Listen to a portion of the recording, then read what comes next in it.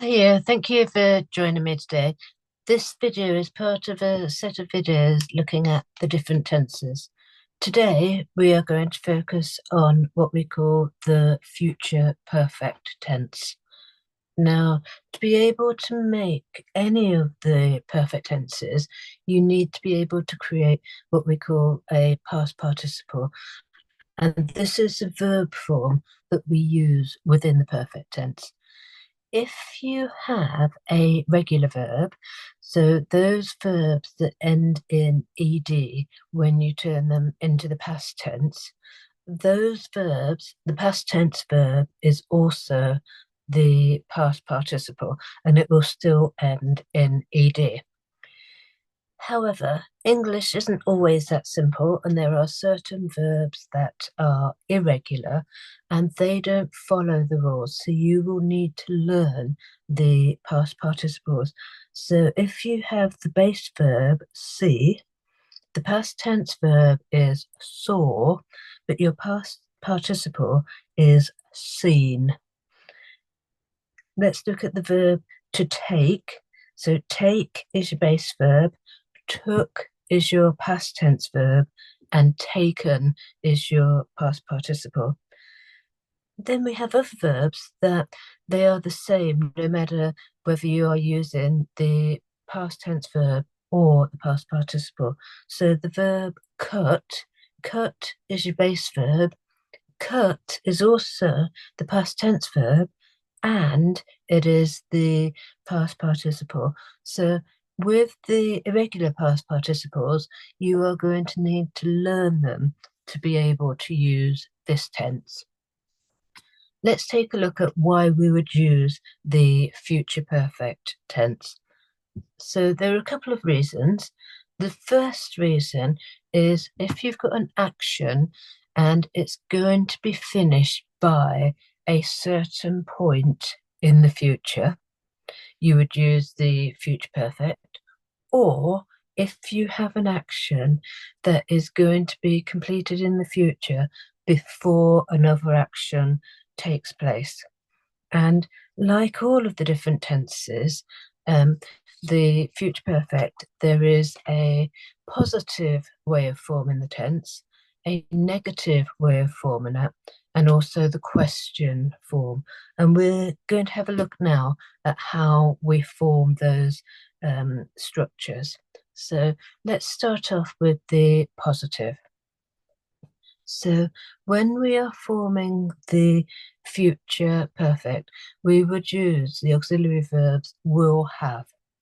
And then we put the past participle after that. So he will have completed it by tonight. So by tonight is the point in the future that the task will have been completed.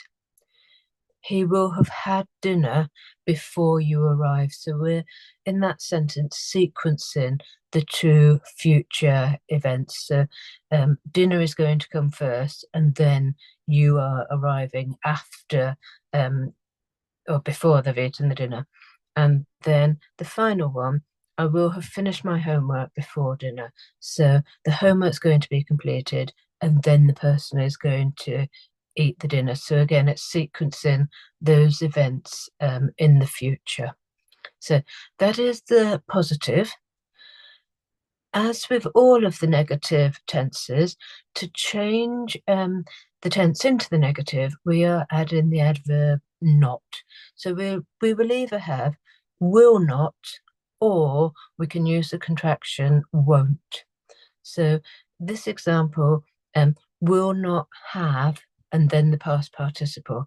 So either they will not have or they won't have, and then the past participle at the end of it. So they won't have found it by tonight.